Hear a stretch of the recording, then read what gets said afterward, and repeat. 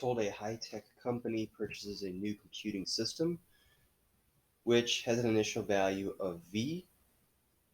We're told the system depreciates at a rate f equals f of t as a function of time t, and will accumulate maintenance costs at the rate g equals g of t, where t is the time measured in months. We're told the company wants to determine the optimal time to replace the system. So that's the point of this exercise, is to find this optimal time. In part A, we are given the function c of t, which is defined to be